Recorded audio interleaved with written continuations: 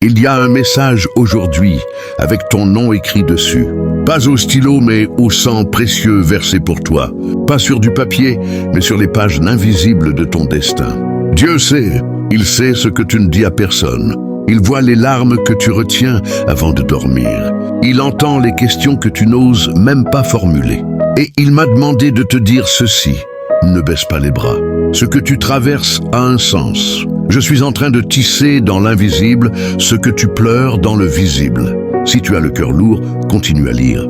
Si tu as l'impression de tourner en rond, cette parole est assortie. Si tu te sens invisible, prépare-toi, Dieu est sur le point de te révéler à toi-même. Il a pensé que c'était fini pour elle. Il a cru qu'en la quittant, en la blessant, en la méprisant, il allait la détruire. Mais il ne savait pas une chose essentielle. Cette femme était entre les mains de Dieu. Quand une femme aime avec un cœur pur, elle ne joue pas, elle ne calcule pas, elle donne tout. Alors, quand son cœur est brisé, la douleur est profonde, le silence est lourd, et les larmes coulent souvent en secret. Mais écoute bien ceci. Dieu ne ferme jamais les yeux sur les larmes d'une femme sincère. La Bible nous montre que Dieu est proche de ceux qui ont le cœur brisé. Quand les hommes abandonnent, Dieu s'approche. Il a brisé une femme, mais Dieu n'a pas permis que cette brisure soit la fin. Dieu utilise parfois la douleur pour détacher une femme de ce qui la limitait. Ce qui l'a quittée n'était pas destiné à aller avec elle plus loin. Ce n'est pas parce qu'elle a été rejetée qu'elle a perdu sa valeur. Au contraire, Dieu l'a mise à part. Pendant qu'elle pleurait, Dieu travaillait. Pendant qu'elle se sentait faible, Dieu la fortifiait. Pendant qu'on pensait qu'elle était finie, Dieu préparait son relèvement. Car Dieu ne relève pas une femme pour se venger, il la relève pour la repositionner. Ce qui l'a brisée a aussi révélé sa vraie force. Si tu es cette femme aujourd'hui, sache que ton histoire ne s'arrête pas à ta douleur. Dieu est en train de te relever intérieurement, de restaurer ton cœur, de guérir ton âme et de t'élever là où personne ne t'attendait. Ce qui t'a quitté a libéré de la place pour ce que Dieu prépare. Il a brisé une femme, mais Dieu l'a relevée. Et quand Dieu relève, il relève pleinement, avec honneur, avec paix, avec une nouvelle destinée. Après la brisure vient toujours le temps de la restauration. Car Dieu ne relève pas une femme pour la laisser au même niveau. Quand Dieu agit, il transforme la douleur en puissance, les larmes en sagesse et les blessures en témoignage. Ce que tu as traversé n'était pas pour te détruire, mais pour te révéler à toi-même et au monde. Dieu utilise les saisons de solitude pour parler au cœur. C'est dans le silence que la femme élue découvre sa vraie valeur. Elle comprend qu'elle n'a pas besoin de courir après l'amour, car le véritable amour viendra à elle au moment fixé par Dieu. Celui qui l'a brisée pensait qu'elle allait rester à terre. Il croyait que ses paroles, son départ ou son rejet allaient définir son avenir. Mais ce qu'il ne savait pas, c'est que chaque larme versée devenait une prière, silencieuse devant Dieu. Et Dieu n'ignore jamais une prière qui vient d'un cœur sincère. Peu à peu, la femme que l'on avait brisée commence à changer. Son regard devient plus profond, son cœur devient plus fort, son esprit devient plus sage. Elle ne cherche plus à être acceptée par tout le monde, car elle sait maintenant qu'elle est déjà choisie par Dieu. Et pendant qu'elle se reconstruit, Dieu prépare aussi son élévation. De nouvelles portes commencent à s'ouvrir, de nouvelles opportunités apparaissent, de nouvelles personnes entrent dans sa vie avec de bonnes intentions. Car quand Dieu relève une femme, il change aussi son environnement. Un jour, ceux qui pensaient qu'elle était finie verront sa transformation. Non pas pour les humilier, mais pour témoigner de la fidélité de Dieu. Car ce que Dieu fait dans la vie d'une femme brisée devient souvent une source d'inspiration pour beaucoup d'autres. Souviens-toi de ceci, la brisure n'était pas ta fin. C'était le début d'une nouvelle saison, une saison de guérison, de paix, de maturité et d'élévation. Car une femme que Dieu relève devient plus forte que celle qui n'a jamais été brisée. Alors relève la tête. Ce qui t'a blessé ne contrôlera pas ton avenir. Dieu écrit une nouvelle page de ton histoire. Et cette page sera remplie de paix, de dignité et de bénédiction. Car après la brisure vient toujours la restauration. Et après la restauration vient l'élévation. Et après l'élévation vient le jardin secret. Cet espace intérieur que Dieu cultive dans l'âme de la femme qu'il a relevée. un jardin où poussent des fleurs que seule la pluie des larmes pouvait faire éclore. Des fleurs au nom précieux, la compassion profonde, la discernement tranquille, la paix inébranlable. Car Dieu ne se contente pas de réparer ce qui était brisé. Il transforme les cicatrices en veines d'or, ces lignes fragiles qui deviennent les plus solides, les plus précieuses. Ces cicatrices ne sont plus des marques de honte, mais des cartographies intimes de la grâce, des témoins silencieux de la fidélité divine. La femme relevée apprend à habiter son nouveau territoire intérieur.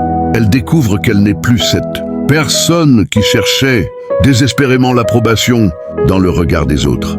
Elle réalise que dans le silence de sa chambre, quand plus personne ne la regarde, elle est devenue une amie de Dieu. Et cette amitié transforme tout. Elle marche désormais avec une légèreté qu'elle ne connaissait pas. Non pas parce que sa vie est devenue facile, mais parce qu'elle porte différemment les choses. Les fardeaux d'autrefois, la peur de l'abandon, la soif de reconnaissance, la crainte du lendemain, se sont transformés en ailes discrètes. Elle apprend à voler dans les cieux intérieurs, ces espaces de liberté que seul un cœur éprouvé peut atteindre. Dieu lui révèle alors un mystère. Sa brisure n'était pas seulement pour elle. Le parfum qui s'échappe désormais de son être, ce mélange subtil de résilience, de douceur et de force tranquille, est destiné à d'autres femmes encore dans l'obscurité, de leur propre douleur. Sans le savoir, par sa simple présence apaisée, elle devient un phare pour celles qui naviguent encore dans la tempête. Là où elle pensait avoir perdu, elle réalise qu'elle a gagné quelque chose d'infini. Une intimité avec le divin que les chemins faciles n'offrent jamais. Elle comprend que son cœur brisé est devenu plus vaste, plus capable d'accueillir, plus à même de discerner l'essentiel du superflu. Et un matin, elle se regarde dans le miroir et ne voit plus la femme meurtrie, mais une femme qui a traversé le feu et en est sortie non consumée, mais purifiée. Ses yeux portent une profondeur nouvelle. Son sourire, quand il vient, a la qualité particulière de celui qui connaît la valeur, de la joie parce qu'il a mesuré la profondeur de la peine. Elle prie différemment maintenant. Ses prières sont moins des demandes, plus des conversations, moins des supplications, plus des actions de grâce. Elle a appris que Dieu répond toujours, mais que ses réponses prennent parfois la forme du silence qui enseigne, ou de la patience qui transforme, ou de la perte qui libère. La femme relevée devient alors un sanctuaire ambulant. Là où elle passe, quelque chose de la présence divine se manifeste, non pas par des paroles grandioses, mais par cette paix qui émane d'elle, cette sagesse pratique née de l'épreuve, cette capacité à écouter vraiment, à compatir profondément. Et celui qui l'avait brisé, il devient une page tournée, non pas avec amertume, mais avec une sorte de pitié tranquille. Elle prie même pour lui non par obligation, mais parce que son cœur guéri peut désormais s'étendre jusqu'à englober ceux qui lui ont fait du mal. Elle comprend qu'il était, sans le savoir, un instrument dans les mains de Dieu pour la conduire vers sa véritable destinée. Enfin, elle découvre le secret ultime. La plus haute forme de revanche n'est pas la vengeance, mais la transformation. La plus belle réponse à la destruction n'est pas la reconstruction à l'identique, mais l'édification d'un temple intérieur plus beau, plus spacieux, plus lumineux que tout ce qu'elle aurait pu imaginer. Ainsi, la femme que Dieu a relevée marche désormais dans le monde avec une grâce nouvelle. Elle n'est plus définie par ce qui lui est arrivé, mais par ce que Dieu en a fait. Sa dignité n'est plus une façade, mais l'expression naturelle de son être intérieur restauré. Et dans le silence de ses nuits, quand plus personne ne la voit, elle sourit parfois en réalisant ce paradoxe merveilleux. Ce qui devait la détruire l'a finalement amenée à découvrir la version la plus vraie, la plus libre, la plus radieuse d'elle-même. La boucle est bouclée, mais le chemin continue. Non plus comme une marche forcée vers la guérison, mais comme une exploration joyeuse des richesses que Dieu a déposées en elle pendant la nuit de son âme. Elle est devenue, sans le chercher, ce qu'elle était destinée à être depuis toujours. Une femme libre, aimante, profondément ancrée en celui qui fait toutes choses nouvelles. Et cela, personne ni rien ne pourra jamais le lui enlever. Et alors qu'elle marche dans cette liberté nouvelle, la femme relevée découvre quelque chose d'inattendu. Son histoire brisée devient un pont pour d'autres âmes perdues. Les larmes qu'elle a versées se transforment en eau vivante pour ceux qui traversent le désert. Sans qu'elle ne le cherche, des femmes viennent à elle, attirées par cette paix qu'elles ne comprennent pas, mais dont elles sentent le besoin urgent. Dieu lui révèle un mystère plus profond encore. Sa brisure n'était pas un accident, mais une préparation. Chaque nuit de pleurs, chaque jour de silence douloureux, chaque prière murmurée dans l'obscurité était l'apprentissage d'un langage sacré, le langage des cœurs meurtris. Maintenant, elle parle couramment cette langue, et Dieu l'envoie comme ambassadrice dans le pays de la douleur. Elle ne donne pas de leçons, ne fait pas de sermons, elle écoute. Et dans son écoute, il y a une qualité particulière. Celle qui a été au fond du puits reconnaît immédiatement le son de la chute. Elle peut dire sans mots, « Je connais cet endroit sombre, il y a un chemin pour en sortir. Laisse-moi te montrer les prises que Dieu m'a données. » Sa propre restauration devient alors un modèle vivant, non pas parfait, mais authentique. Les cicatrices qu'elle porte ne sont plus cachées comme des honteux secrets, mais présentées comme des témoignages silencieux de la fidélité divine. Quand elle partage son histoire, ce n'est pas pour s'apitoyer sur son sort, mais pour proclamer une vérité fondamentale. Ce que Dieu a fait pour elle, il peut le faire pour toute personne qui lui fait confiance. Et c'est là qu'elle découvre le paradoxe suprême de la guérison divine. Plus elle donne aux autres le réconfort qu'elle a reçu, plus ce réconfort se multiplie en elle. Les mots d'espérance qu'elle murmure à une sœur blessée résonnent dans son propre cœur avec une nouvelle profondeur. En tendant la main pour relever une autre, elle trouve que sa propre main devient plus forte. Dieu l'appelle alors à un ministère d'accueil sacré. Créer des espaces sûrs où les cœurs brisés peuvent se déposer sans crainte. Dans son foyer, dans ses conversations, dans sa simple présence, elle cultive une atmosphère de grâce, où les masques peuvent tomber, où les larmes sont permises, où la vérité peut être dite sans jugement. Elle apprend à discerner les différentes nuances de la douleur humaine, la solitude qui paralyse, la trahison qui empoisonne, le rejet qui mutile. Et pour chacune, elle a une parole, un silence, une prière appropriée.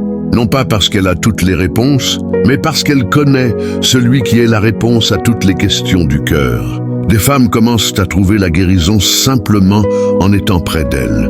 Sa paix est contagieuse. Sa foi tranquille devient un refuge. Sa capacité à voir la beauté au milieu des ruines redonne espoir à celles qui n'en ont plus. Sans le vouloir, elle devient un canal par lequel l'amour de Dieu coule vers les endroits les plus secs de l'âme humaine. Pourtant, elle reste humble dans ce ministère. Elle sait trop bien qu'elle n'est qu'un vase d'argile fragile, portant un trésor céleste. Les jours où l'ancienne douleur remonte à la surface, elle ne le cache pas.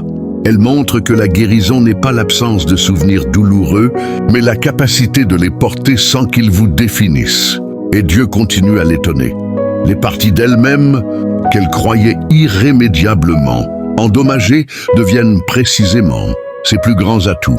Sa sensibilité autrefois vulnérable devient une antenne spirituelle pour détecter la souffrance invisible. Sa prudence née de la méfiance devient une sagesse, protectrice pour celle qu'elle accompagne. Son besoin passé d'approfondissement devient une capacité à creuser jusqu'aux racines des blessures. Un cercle vertueux s'établit alors. Plus elle se donne, plus Dieu la remplit. Plus elle partage l'espérance, plus cette espérance s'enracine en elle. Plus elle conduit d'autres vers la lumière, plus sa propre voie s'illumine. Finalement, elle comprend que sa vie entière est devenue une parabole vivante, une histoire que Dieu écrit jour après jour pour montrer au monde que personne n'est trop brisé pour être restauré, trop perdu pour être retrouvé, trop blessé pour devenir source de guérison. La femme autrefois brisée puis relevée devient finalement une restauratrice. Et dans ce saint service, elle découvre le sens ultime de tout ce qu'elle a traversé. Son histoire douloureuse était le prix d'entrée dans un ministère qu'aucune formation théologique n'aurait pu lui donner, une autorité spirituelle que seule l'expérience authentique confère. Ainsi, le cycle de la grâce se perpétue, de la brisure à la restauration, de la restauration à l'élévation, de l'élévation au service, et du service à une joie profonde qui dépasse toute compréhension. Elle qui pensait que sa vie était finie, découvre qu'elle ne fait que commencer, non pas la vie qu'elle avait imaginée, mais une vie bien plus riche, bien plus significative, bien plus belle. Et chaque soir, quand elle se repose, elle murmure une prière de gratitude pour le chemin improbable qui l'a conduite ici. Non pas en dépit de ses blessures, mais à travers elles. Car elle sait maintenant avec certitude que Dieu n'a jamais gaspillé une seule de ses larmes.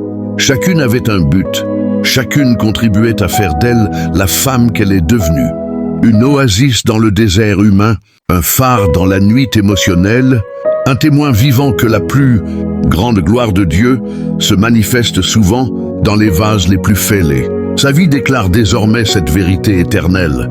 Ce que l'homme brise, Dieu peut le restaurer. Et ce que Dieu restaure, il l'utilise ensuite pour restaurer le monde. Cette histoire de brisure et de restauration n'est pas terminée. Elle s'écrit maintenant dans d'autres cœurs. Si ce témoignage a résonné en toi, c'est qu'il y a une raison. Peut-être te reconnais-tu dans cette femme brisée. Peut-être es-tu en plein processus de guérison. Ou peut-être as-tu déjà été relevé et sens l'appel à partager ton parcours pour éclairer d'autres pas. Ton histoire compte. Tes larmes ont un sens. Ta résilience inspire. Ta transformation devient une carte pour d'autres voyageurs blessés. Laisse ton moi aussi dans les commentaires. Un simple moi aussi peut être une bouée de sauvetage pour quelqu'un qui se croit seul dans sa douleur. Ton témoignage, même bref, peut être l'étincelle d'espoir qui manquait à une sœur. Chaque « je comprends » crée un pont. Chaque « merci, j'en avais besoin » confirme que cette parole arrive au bon moment. Partage cette parole. Partager, c'est dire « cette vérité est trop précieuse pour la garder pour moi ». Seule, ta simple action de partage peut faire parvenir ce message à celle qui, à cet instant précis, lutte contre le découragement. On ne sait jamais quelle vie on touche par un partage fait avec sincérité. Like pour dire Amen. Un like, c'est plus qu'une simple notification, c'est un signe de communion spirituelle. C'est dire, cette vérité résonne en moi. Je m'associe à cette espérance. C'est aussi permettre à cette parole de toucher plus de personnes qui en ont besoin. Abonne-toi pour la suite du voyage. La guérison est un chemin, pas une destination. En t'abonnant, tu choisis de marcher avec une communauté de femmes qui se relèvent, grandissent et se restaurent ensemble. Tu recevras des paroles pour les prochaines étapes, pour les jours de doute comme pour les jours de victoire. Ta voix compte dans ce grand récit de restauration. Chaque témoignage devient une lumière supplémentaire dans la nuit de quelqu'un d'autre. Chaque partage étend le cercle d'espérance. Chaque abonnement crée un lien de soutien mutuel. Aujourd'hui, tu as deux choix. Passer et garder cette bénédiction pour toi seul, participer et devenir à ton tour un canal de guérison pour d'autres. Le monde a besoin de ton témoignage, pas parce qu'il est parfait, mais parce qu'il est réel. Pas parce que tu as toutes les réponses, mais parce que tu connais le chemin qui mène aux réponses. Commente « Je me relève » si tu es en processus de guérison. Écris « Témoin » si ton histoire peut inspirer d'autres. Partage avec la femme qui a besoin d'entendre ce message aujourd'hui. Souviens-toi, ta plus grande douleur peut devenir ton plus puissant ministère. Ton plus profond échec peut se transformer en ta plus authentique autorité spirituelle. Je prie pour que chaque femme qui lit ces mots découvre qu'elle n'est pas seule, que sa valeur est inaltérable et que sa renaissance peut devenir source de vie pour beaucoup d'autres. Avec amour et espérance, une sœur sur le chemin.